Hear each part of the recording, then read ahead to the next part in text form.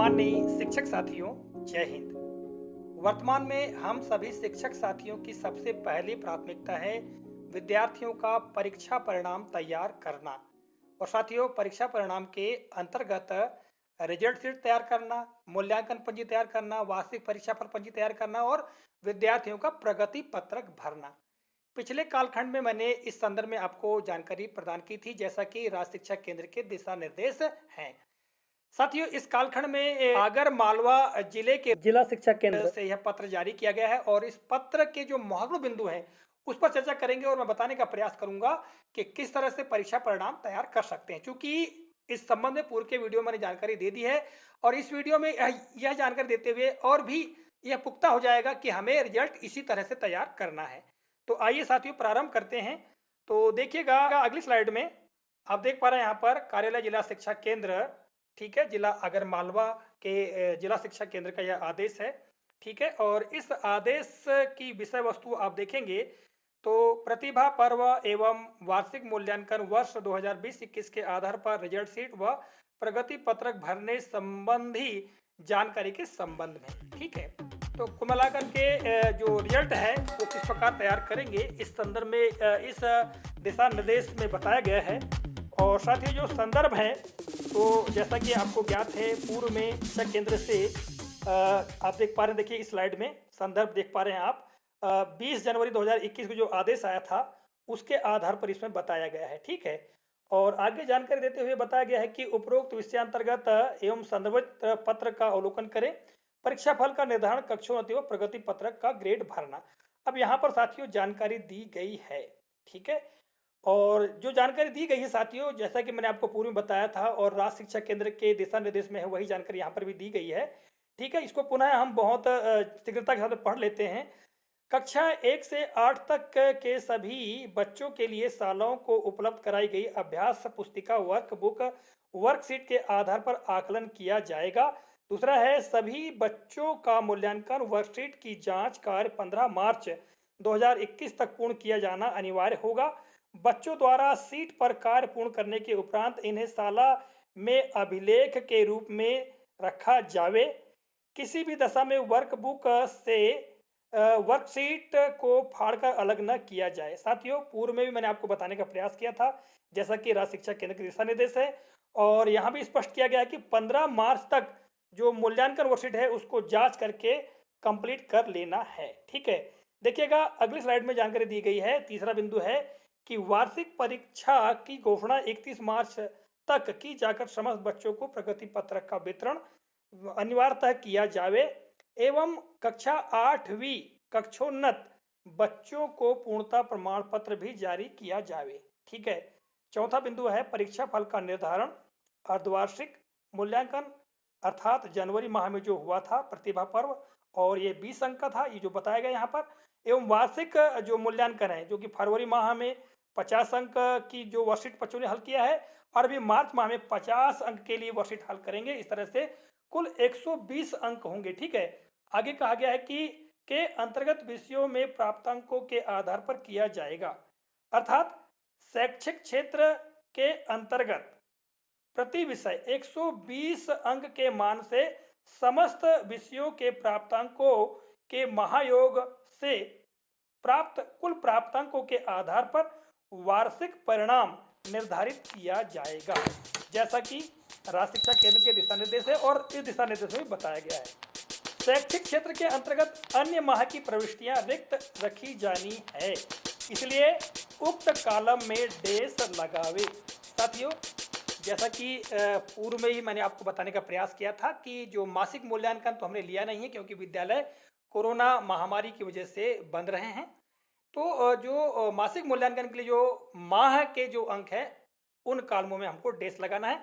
अभी इस वीडियो के अंत में मैं आपको पुनः मार्कशीट दिखाने का प्रयास करूंगा, एक अंक सूची, कि किस प्रकार से डेस लगा करके हमको ग्रेड प्रदान करना है। अगली स्लाइड में हम देखते हैं और यहाँ देखिएगा कक्षा विषय और जो प्रति विषय अंकों के संबंध में जानकारी दी गई है। कक्षा 1 व 2 में कुल 3 विषय हैं, ठीक है, और प्रति विषय 120 अंक होंगे और उनका महायोग क्या होगा, 360। इसी तरह से कक्षा 3 से 5 कुल 4 विषय हैं, आपको ज्ञात है, और प्रति विषय जो अंक है वो 120, तो कुल मिला के 4 विषयों के लिए 480 अंक होंगे और कक्षा 6 से 8 कुल 6 विषय होंगे और प्रति विषय 120 अंक के मान से 720 अंक होंगे।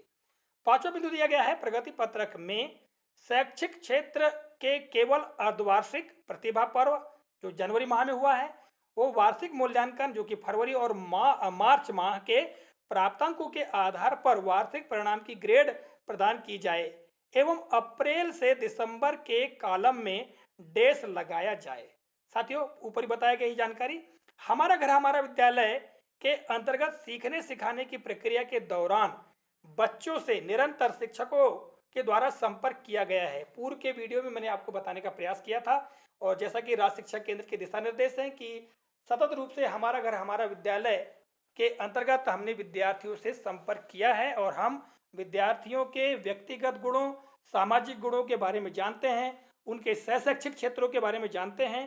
तो उसी आधार पर इसके दौरान बच्चों के कार्य व्यवहार के आधार पर शैक्षिक व व्यक्तिगत सामाजिक गुणों पर शिक्षक द्वारा रिजल्ट शीट व प्रगति पत्रक में सीधे ग्रेड प्रदान किए जाएं। और ऐसा ये जो जानकारी है ये राज्य शिक्षा केंद्र के दिशा निर्देश में भी बताई गई है। आगे हम देखते हैं साथियों, तो देखिएगा इस स्लाइड में एक सारणी दी गई है और यह सारणी बहुत ही महत्वपूर्ण है क्योंकि इस सारणी के माध्यम से हम विद्यार्थियों की ग्रेडिंग बड़ी आसानी के साथ में कर सकते हैं। इस सारणी में क्रमांक, अंक अर्थात पूर्णांक और फिर ग्रेड दिए गए हैं। ठीक है, A B C D E। साथियों यहाँ पर B के स्थान पर C प्रिंट हुआ है, यह मिसप्रिंट है। ठीक है, इसको B पढ़ें। तो ये सारणी दी गई है साथियों और जैसा कि यहाँ पर पूर्णांक दिए गए हैं 10, 20, 50, 60, 80, 100, 120, 360, 480 और 720 ये पूर्णांक है। और जनवरी माह में प्रतिभा पर्व 20 अंक के लिए था। ठीक है, फरवरी और मार्च माह में जो मूल्यांकन है वो 50-50 अंक का है। यदि एक विषय के लिए हम टोटल करें तो 120 और कक्षा 1 और 2 के तीनों विषयों का जो पूर्णांक है वो 360 और कक्षा 3 से 5 के लिए 480 और कक्षा 6 से 8 के लिए 720। तो साथियों इस सारणी को देखते हुए हम विद्यार्थियों की ग्रेडिंग कर सकते हैं। ठीक है, आप चाहें तो यहाँ से स्क्रीनशॉट ले लें या फिर व्हाट्सएप के माध्यम से यदि यह दिशा निर्देश आपको प्राप्त होता है तो इस सारणी का प्रयोग आप कर सकते हैं। ठीक है, यहाँ उदाहरण के रूप में मैं आपको बताना चाहता हूँ साथियों, कोई एक ग्रेड ले लेते हैं, एक का पूर्णांक ले लेते हैं, जैसे कि 120 में से विद्यार्थी को कितने अंक प्राप्त होंगे तो ए ग्रेड प्राप्त होगा, है ना, या बी या सी डी ई प्राप्त होगा, इस पर हम चर्चा कर लेते हैं। तो देखिएगा 120 में से यदि विद्यार्थी को ए ग्रेड के लिए 90 से 120 के मध्य प्राप्त होते हैं तो वो ए ग्रेड में होगा। ठीक है, इसी तरह से हम आगे बात करें 72 से 89.9 के मध्य अंक प्राप्त होते हैं तो उसको बी ग्रेड प्राप्त होगा। और विद्यार्थी को यदि 54 से 71.9 के मध्य प्राप्त होते हैं तो सी ग्रेड। और आगे हम देखें साथियों डी ग्रेड के लिए 40 से 53.9 के मध्य प्राप्त होते हैं तो उसको डी ग्रेड। और ई की हम प्राप्त करें तो 39.9 के नीचे यदि विद्यार्थियों को अंक प्राप्त होते हैं तो वो ई ग्रेड में होगा। तो साथियों इस तरह से इस सारणी का भी हम प्रयोग कर सकते हैं और यह सारणी भी हमारे लिए महत्वपूर्ण है। आइए अगली स्लाइड में हम देखते हैं, यहाँ पर बिंदु क्रमांक 7, 8, 9 दिए गए हैं और यहाँ पर भी महत्वपूर्ण जानकारी दी गई है। ठीक है, मूल्यांकन सामग्री मुद्रण करने के संबंध में, साथ ही जो पोर्टल पर डाटा एंट्री को अपलोड करने के लिए और साथ ही कोविड-19 संक्रमण से बचाव के संबंध में जानकारी दी गई है। और साथियों सबसे अंत में हम देख लेते हैं एक अंक सूची का नमूना कि किस प्रकार से हमको विद्यार्थियों की ग्रेडिंग अंक सूची में करना है। आप देख पा रहे हैं इस अंतिम स्लाइड में एक अंक सूची का नमूना। ठीक है, यहाँ 3 खंड दिए गए हैं। सबसे ऊपर शैक्षिक क्षेत्रों का मूल्यांकन से संबंधित ग्रेड, मध्य में आप देखेंगे तो शैक्षिक क्षेत्रों का मूल्यांकन के ग्रेड और सबसे नीचे आप देखेंगे तो व्यक्तिगत सामाजिक गुणों का मूल्यांकन के लिए ग्रेड। ठीक है, जैसा कि दिशा निर्देश में बताया गया है कि हमें शैक्षिक क्षेत्रों के जो मूल्यांकन में केवल जनवरी, फरवरी और मार्च माह के जो अंक प्राप्त हुए विद्यार्थियों को उनके ग्रेड भरना है। बाकी जो माह हैं कहना चाहिए अप्रैल से लगा करके दिसंबर तक उनको हमको डेस कर देना है अर्थात रिक्त छोड़ देना है, यानी जैसा कि यहाँ पर हमने डेस कर दिया है। ठीक है, और शैक्षिक क्षेत्रों के ग्रेड प्रदान करना है और साथ ही व्यक्तिगत एवं सामाजिक गुणों के भी ग्रेड प्रदान करना है। साथियों यहाँ पर 2 प्रविष्टियाँ रिक्त रहेंगी, पहली बात तो ये है कि सबसे ऊपर आप देखेंगे तो जो मासिक मूल्यांकन के लिए जो खंड दिए गए हैं माहवार, उनको डैश करना है। और आप सबसे नीचे देखेंगे तो कुल साला लगने के जो दिवस हैं और विद्यार्थियों की उपस्थिति, इस ये जो 2 खंड है नीचे के, इनमें भी डैश हमको लगाना होगा।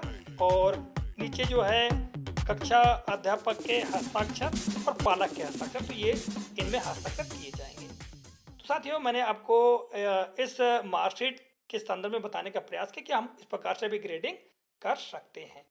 आशा करता हूँ इस वीडियो में मैंने जो जानकारी दी है, ये जानकारी आपको काफ़ी लाभकारी लगी होगी और निश्चित तौर से अब हम आसानी के साथ अपना रिजल्ट भी तैयार कर पाएंगे। मिलेंगे अगले कालखंड में किसी नए प्रकरण, नई जानकारी को लेकर। तब तक के लिए नमस्कार, जय हिंद, वंदे मातरम।